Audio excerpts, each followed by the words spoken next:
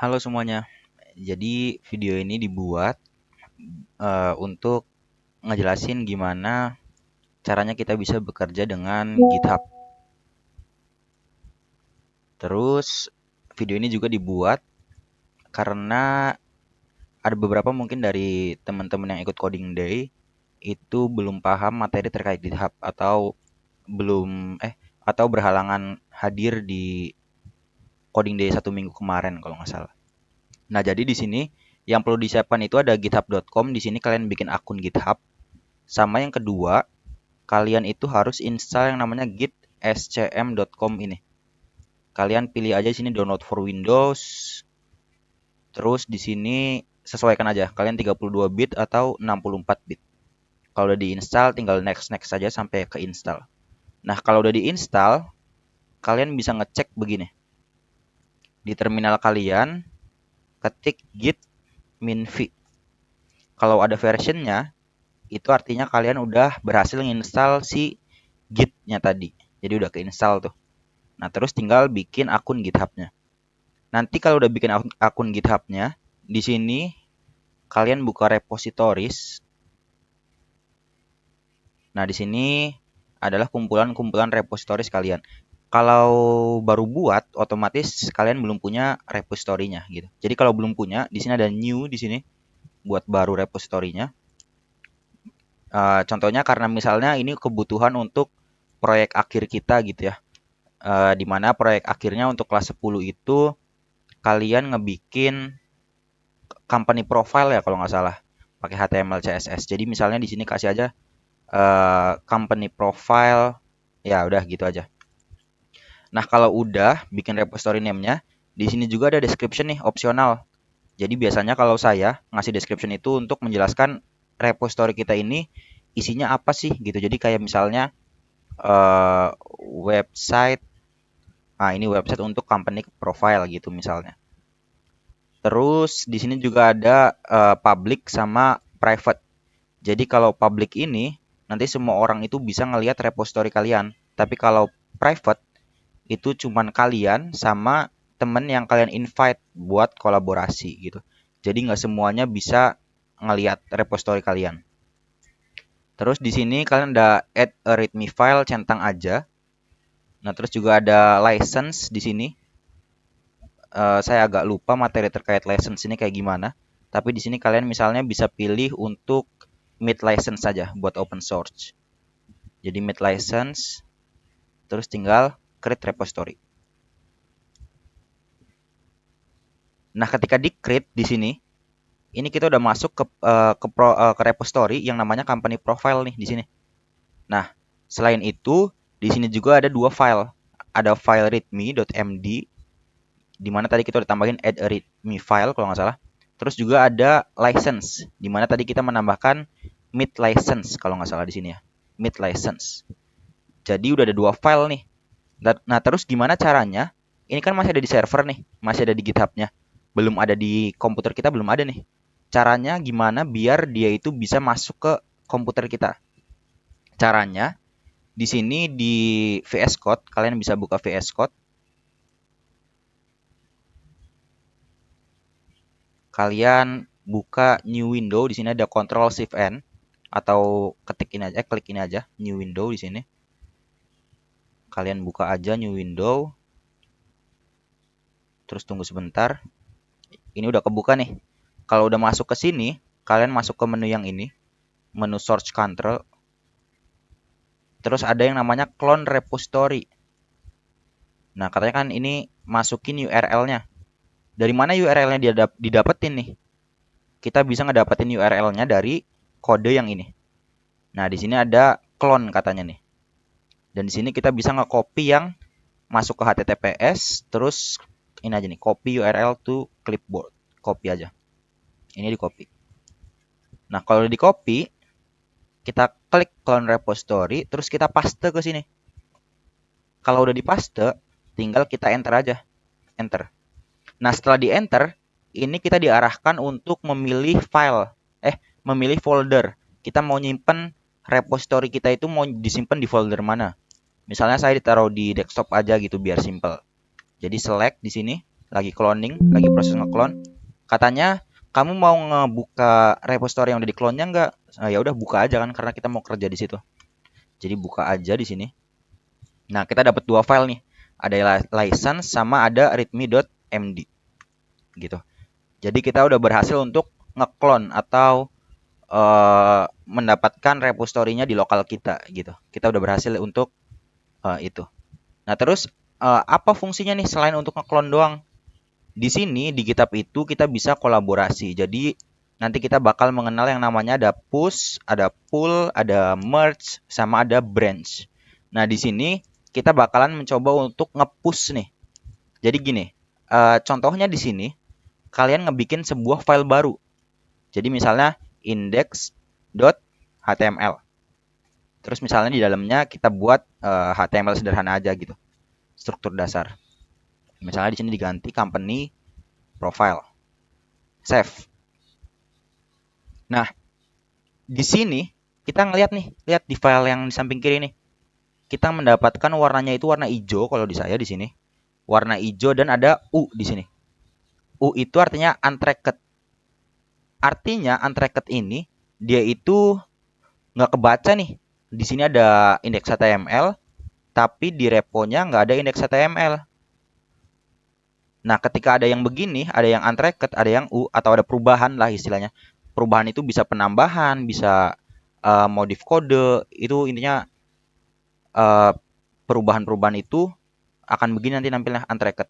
Nah, nanti perubahan-perubahan itu bisa kita dorong, bisa kita update ke repository kitanya gitu. Nah, caranya gimana nih? Kalau di sini ada indeks HTML, kita mau indeks HTML-nya ini ada di repository kita juga nih. Ini kan belum ada nih. Caranya biar ada indeks HTML-nya ke repository, di sini di menu search control kita ada changes di sini. Nah, changes ini adalah perubahan yang udah kita buat. Nah, perubahan yang udah kita buat ini mau kita masukin ke repository. Jadi harus kita tambahin di sini ada tambah nih. Tambah. Dia masuk ke staged change. Nah, kalau udah masuk ke sini, tinggal kita commit. Nah, sebelum commit, di sini kita masukin dulu message-nya nih. Misalnya menambahkan file index HTML. Nah, kalau ditambahin pesan commit-nya, kalau ditambahin message-nya, tinggal kita lakuin commit aja nih, commit. Commit kayak gini, terus ada sync change. Atau sync change ini kayak nge-push kodenya gitu. Jadi kita bisa memilih ini, atau juga kita bisa ngeklik yang ini. Saya misalnya ngeklik yang ini aja, sync change.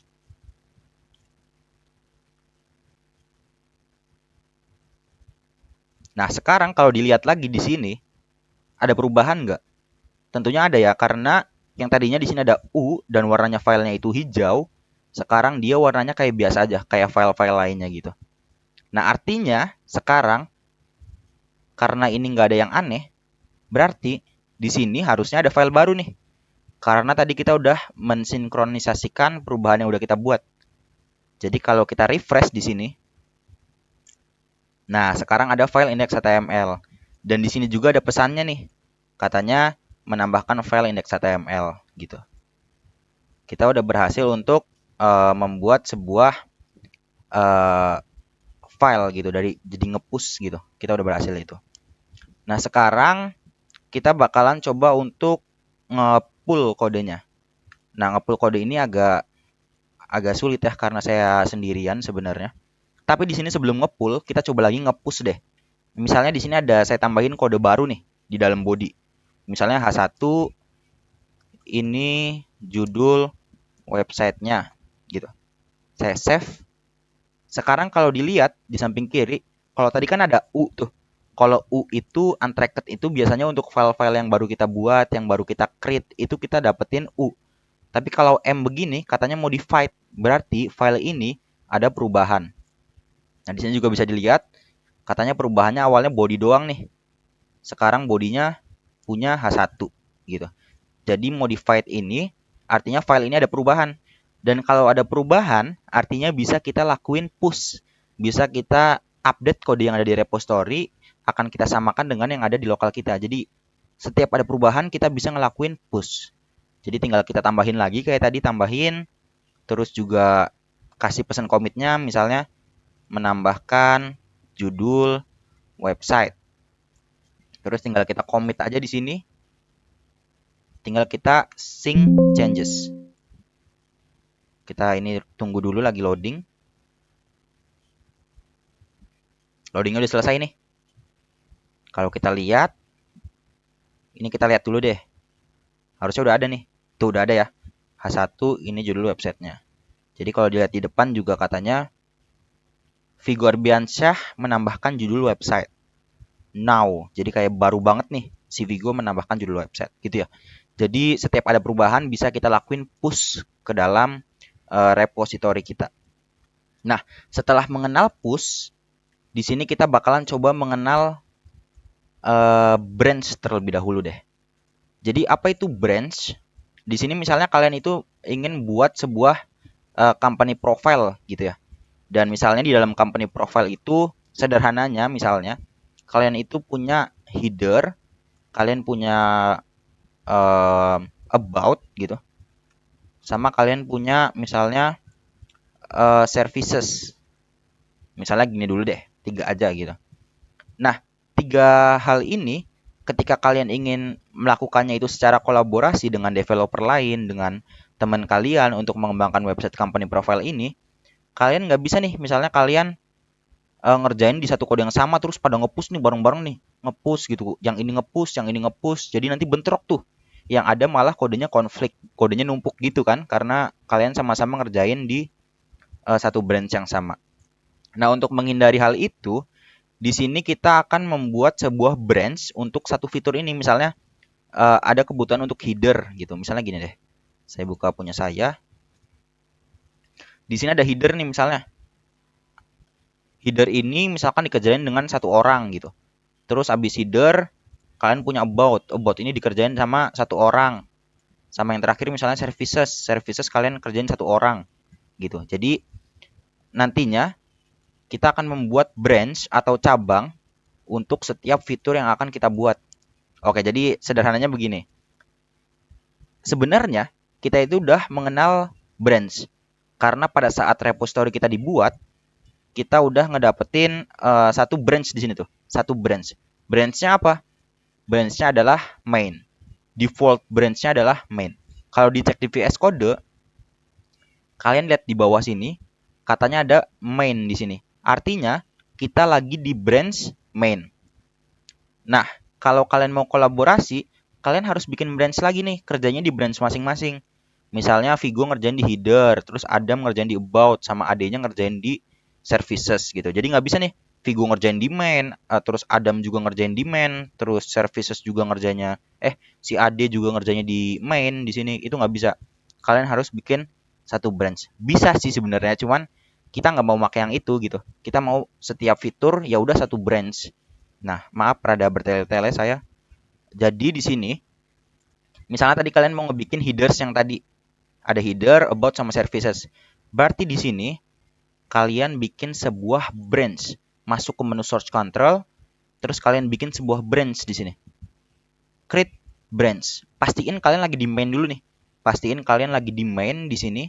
Biar lebih pasti check out to di sini, klik check out to terus main. Biar lebih pasti kalian lagi di main gitu. Nah, kalau udah masuk ke main di sini, bisa kayak tadi, branch, terus create branch. Misalnya apa? Tadi fitur header gitu ya. Misalnya ada fitur header di sini. Nah, di sini ada publish branch katanya. Kenapa ada publish branch? Karena walaupun di sini kita udah masuk ke fitur header, udah ada branch fitur header, tapi kalau dilihat di repository-nya di sini, branch-nya masih satu, masih main doang nih, tuh baru main doang. Jadi di sini harus kita publish branch-nya. Publish dulu branch-nya. Kita lihat lagi. Kita refresh. Nah, ada dua branch ya di sini. Ada branch main sama ada branch fitur header. Dan di sini kita posisinya lagi di fitur header. Ya, lagi di fitur header di sini. Nah, sekarang sesuai tugas masing-masing nih. Karena Vigo itu kebagiannya header, ya Vigo kerjain header. Berarti di sini di atasnya misalnya kita buat tag yang namanya header, terus ada nav, terus ada H1 ini navbar gitu. Nah, Vigo udah selesai nih ngerjain header nih. Vigo lagi di branch fitur header dan Vigo udah berhasil ngebuat fitur headernya. Apa yang harus dilakukan Vigo? Vigo udah selesai, Vigo harus ngapain gitu kan? Nah, kalau Vigo udah selesai, udah ngebikin fiturnya, fitur header ini, Vigo harus nge-push kayak biasa. Jadi kayak ada perubahan nih di index HTML. Tinggal tambahin perubahannya, terus masukin message commit-nya, misalnya menambahkan header gitu. Terus tinggal di commit, terus tinggal di sync changes. Nah, ini pertanyaannya, kalau kita sync changes, kalau kita push, itu dia masuknya ke branch yang mana? Dia bakalan masuk ke branch yang fitur header. Jadi perubahan yang tadi kita buat di sini, itu bakalan masuk ke perubahannya ke branch fitur header. Cobalah ya, kita langsung sync changes aja dulu. Kita loadingnya tunggu dulu nih. Nah, udah selesai nih loadingnya. Kalau kita cek di depan, ini kita abaikan dulu yang atas. Kita refresh dulu. Nah, sekarang kita cek di main, di sini pastikan lagi di main. Cek di index HTML. Kita belum punya header ya di sini ya. Baru ada H1-nya doang nih. Nah, kalau kita ke depan lagi, terus kita pindah ke fitur header, kita cek indeks HTML-nya, kita punya yang namanya header nih. Gitu ya. Jadi kita udah berhasil membuat header di branch yang kita punya di fitur header yang ini. Terus gimana caranya nih biar fitur header ini kode yang tadi, kode yang mana tadi? Kode yang ini. Nih, yang ini bisa masuk ke main. Karena di main kita nggak punya header. Nah, di sini kita akan mengenal yang namanya merge atau penggabungan kode gitu. Jadi kalau di sini dilihat di halaman depan sini, jadi gimana caranya biar kita bisa menggabungkan fitur header ke dalam main, gitu ya. Jadi merge itu fungsinya untuk menggabungkan nih antara fitur header yang tadi udah kita buat, kita gabungkan kodenya ke dalam main. Caranya buat menggabungkannya, kita masuk ke menu pull request di sini. Nah, di dalam pull request kita punya yang namanya new pull request. Kita klik new pull request di sini. Nah, di sini ada katanya compare changes. Maaf, saya nggak tahu artinya. Bandingkan perubahan. Ya, intinya jadi kita membandingkan perubahan dulu nih. Nah, di sini yang mau dibandingkan perubahannya itu dari mana ke mana gitu. Dari mana ke mana. Jadi, kita mau ke main. Dari mana nih? Dari fitur header. Jadi, kita mau menggabungkan fitur header ke dalam main. Kode yang ada di fitur header mau kita gabungkan ke dalam kode yang ada di main. Dan di sini ada info katanya able to merge, katanya memungkinkan untuk digabungkan. Kayaknya gitu artinya. Bentar. Nah, mampu bergabung. Jadi sangat mungkin untuk digabungkan nih kodenya gitu. Kalau dilihat di bawah pun, nah ini ada perubahan ini. Nanti perubahan ini akan kita gabungkan ke dalam branch main. Ke dalam branch main. Jadi kalau udah able di sini, langsung kita klik create pull request aja. Nah, di sini klik create pull request lagi. Terus di bawah sini lagi dicek dulu nih. Nah, katanya kalau udah selesai dicek, kita bisa dapat info nih. Katanya bisa jadi nggak ada konflik atau bisa juga nanti sesuatu saat ada konflik gitu. Tapi kita lupakan dulu masalah itunya. Di sini intinya kita udah nggak dapat konflik, jadi sangat bisa untuk di merge di sini. Jadi kita klik aja merge pull request di sini, terus confirm merge. Nah, di sini kalau udah confirm merge, kalian juga harus pastiin dan harus yakin bahwasannya kode yang dibuat itu udah bener nih, fiturnya udah bener dan ya nggak ngawur gitu. Jadi kalau udah yakin, kalian tinggal klik aja confirm merge. Katanya pull request successfully merged and closed. Jadi intinya udah berhasil digabungkan nih kodenya. Sekarang kalau dicek lagi di halaman depan di kode sini, di mainnya, kita cek index HTML, kita berhasil ngedapetin headernya. Padahal tadinya header itu cuma ada di fitur header aja. Iya kan? Harusnya ada di fitur header aja. Sekarang udah berhasil masuk ke dalam main. Jadi kita udah berhasil membuat fitur header dan udah berhasil menggabungkan. Udah berhasil merge. udah berhasil ya udah itu menggabungkan antara fitur header dengan main. Nah, sekarang kita masih punya dua lagi nih. Dua sisa lagi. Apa itu? Yaitu about sama services. Jadi di sini kalian lihat dulu nih ya. Kalian lagi di mana sekarang? Lagi di fitur header. Di fitur header kalian udah ngebuat ini dan kalian mau ngebuat sekarang untuk about-nya. Nah, sekarang kalau mau ngebuat about, berarti kita harus ngebuat branch baru lagi ya. Berarti otomatis kita masuk ke sini, ke search control, terus kita bikin branch yang barunya. Misalnya branch-nya nanti namanya fitur about gitu ya. Tapi di sini harus diperhatikan bahwasanya sebelum kita membuat sebuah branch, kita pastiin dulu nih, kita harus masuk ke dalam main. Intinya kita harus masuk ke dalam main dulu untuk membuat sebuah branch baru. Jadi di sini kita harus masuk ke main dulu nih. Masuk ke main, check out to main. Nah, udah di main nih. Udah di main ya, udah di main. Cuman lihat sekarang di kanan di sini. Aneh nih. Kita udah masuk ke main, kok nggak ada gitu headernya. Padahal kalau kita cek di sini, di main, di index.html-nya, kita udah punya headernya. Kok di lokal kita nggak ada? Nah, itu karena apa yang ada di lokal di kita itu belum up to date dengan apa yang ada di repository kita. Jadi untuk mengambil perubahan yang udah terjadi di repository kita, kita mau ngambil nih perubahan yang udah terjadi nih. Itu caranya kita bisa menggunakan pull. Jadi setelah kalian check out to main, tadi kan kita kan check out to main begini ya. Nah, setelah itu kita bisa melakukan pull di sini. Klik aja pull. Nah, setelah nge-pull, kita ngedapatin perubahan yang sama nih. Jadi sekarang apa yang ada di repository dengan apa yang ada di lokal kita sama ya. Jadi gitu. Setelah masuk ke main, kita lakuin pull untuk mengambil perubahan. Nah, setelah up to date nih, setelah branch kita udah sama nih sama repository nih, yang di lokal udah sama-sama repository, di sini baru kita bisa ngebuat sebuah branch baru. Jadi branch, terus create branch, misalnya fitur about gitu ya. Enter. Nah, sama kayak tadi, setelah masuk ke fitur about di sini, bisa kita publish langsung. Jadi publish. Sekarang kalau dicek di halaman depan, kita punya 3 branches di sini, 3 branch. Ada fitur about. Karena kita di sini udah masuk ke dalam fitur about, ya udah tinggal kita lakuin aja. Ngedevelop di sini. Misalnya berarti ada di sini di bawah H1-nya misalnya. Kita buat section yang ID-nya about. H1 ini adalah about section gitu ya. Nah, sekarang kita udah berhasil nih ngebuat sebuah perubahan. Sama kayak tadi lagi nih.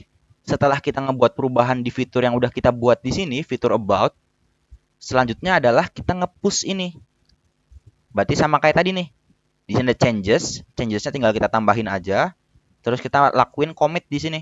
Tambahin dulu pesannya. Misalnya menambahkan halaman, bukan halaman, misalnya menambahkan section about. Tinggal kita commit. Sama kayak tadi nih. Kalau ini diklik, berarti perubahan yang udah kita buat itu masuknya ke dalam fitur about. Tinggal kita klik aja, oke. Loading dulu. Nah, selesai nih. Artinya perubahan kita udah masuk ke dalam branch fitur about. Di sini kalau dicek di indeks HTML yang ada di main, di sini indeks HTML-nya, kita belum punya about nih. Tapi kalau kita masuk ke dalam fitur about di sini, kita ngedapetin section about. Jadi di fitur about udah ada, di main belum ada. Artinya kita harus ngelakuin yang sama kayak tadi sebelumnya, yaitu kita pull request. Sama kayak tadi ya, kita new pull request di sini. Terus kita lakuin perubahannya dari mana ke mana nih. Mau gabung dari mana ke mana. Berarti dari fitur about mau kita gabungin ke dalam main. Sama kayak tadi nih, able to merge, mampu bergabung. Ya udah, kalau udah mampu bergabung kayak gini, ya udah tinggal kita create aja pull request. Create pull request. Maaf ada Bang Baso. ngecek lagi dia di sini. Nah, katanya no conflict. Ya udah, kalau udah no conflict begini tinggal merge pool, confirm. Katanya pull request successfully. Sekarang dicek lagi nih sama kita nih di kode index HTML. Yang tadinya nggak ada, sekarang kita udah punya section yang ID-nya about di sini. Jadi antara main di sini sama yang ada di fitur about udah sama ya. Ada section ID about sama ada kayak aja, jadi kayak di main, kayak di fitur about itu udah sama kodenya. Sekarang kita kurang satu lagi nih. Sebenarnya mah enaknya meeting ya kita ya di Google Meet biar bisa nanya-nanya. Nah, sekarang kita kurang satu nih, yaitu section yang ID-nya services. Gimana caranya kita membuat itu? Sama kayak tadi ya. Berarti kita masuk ke menu search control di sini. Terus kita check out to main. Kalau dilihat lagi sekarang, di main di kita belum punya about di sini. Padahal tadi udah kita tambahin nih. Kalau ditambahin nggak ada, berarti harus kita pull di sini. Pull lagi sama kita. Nah, udah up to date nih, udah terperbarui di sininya. Kalau udah begini, ini kan di main nih. Tinggal kita langsung bikin branch yang baru. Berarti yang kurang itu fitur services. Sama kayak tadi publish aja. Ini otomatis sudah masuk ke dalam repository-nya fitur services ini. Branch-nya ini udah masuk ya. Tinggal langsung kita bikin aja perubahannya di sini. Misalnya section yang ID-nya services. Terus tinggal tambahin H1. Ini adalah services section. Tinggal kita save sama kayak tadi lagi nih. Gitu-gitu aja sebenarnya mah ya. Tinggal kita tambahin perubahannya. Terus kita commit, misalnya menambahkan services section. Terus kita commit. Terus kita push di sini. Ini kalau di push masuknya berarti ke fitur services. Masuknya ke branch fitur services. Kita cek lagi di depan. Di kode sini. Ini kalau kita masuk ke index HTML. Udah tahu jawabannya ya. Nggak ada di sini. Services mana nih? Nggak ada. Padahal kalau di fitur services. Udah ada ya dia. Udah ada. Berarti sama kayak tadi nih. Harus nge-pull request. Kita harus menggabungkan kodenya. Tinggal new pull request lagi di sini. Terus mau dari mana gabunginya? Yang baru itu berarti kita dari fitur services. Saya mau gabungin dari fitur services ke main. Create pull request. Terus create pull request lagi. Dicek di sini. Kalau udah berhasil tinggal di merge, confirm. Udah sukses. Cek lagi depannya. Cek lagi indeks HTML-nya. Dan di sini kita udah ngedapetin services. Di dalam mana nih? Di dalam main di sini. Jadi udah berhasil untuk membuat sebuah company profile nih. Nah, gitu ya. Jadi kita tujuannya menggunakan GitHub itu bisa nantinya bekerja bareng-bareng. Kalau tadi itu saya mencontohkannya semuanya ini dibuat oleh saya, nanti kalian itu ngebuatnya masing-masing. Misalnya header Vigo, about Adam, terus servicesnya Ade gitu. Jadi dibagi-bagi ya. Nanti sama kayak tadi kalau udah selesai tinggal pull request, selesai pull request gitu-gitu aja. Gitu ya. Semoga paham sih. Nanti misalnya ada yang nggak ditanyain, mungkin bisa misalnya nggak ada salah ngomong. Misalnya ada yang kurang dipahamin bisa ditanyain di grup kita ya. Jadi tanyanya di grup aja. Jadi fungsinya nanya di grup itu nanti kalau pertanyaannya itu mungkin bakalan sama gitu. Jadi harapannya ada juga yang sama pertanyaannya dan bisa terjawab bareng-bareng juga di situ gitu ya. Jadi tanyanya nanti di grup aja, nggak apa-apa. Nah itu semoga bisa dipahamin sih. Ini masih simpel ya. Kalian nggak bikin kayak gini, kalian harus ngebikin yang lebih ada desainnya. Pakai CSS juga nanti kan, ada CSS mungkin. Yang jago JavaScript ya tambahin JavaScript nggak apa-apa gitu. Gitu ya. Semoga bisa dipahamin. Ya udah gitu aja. Terima kasih.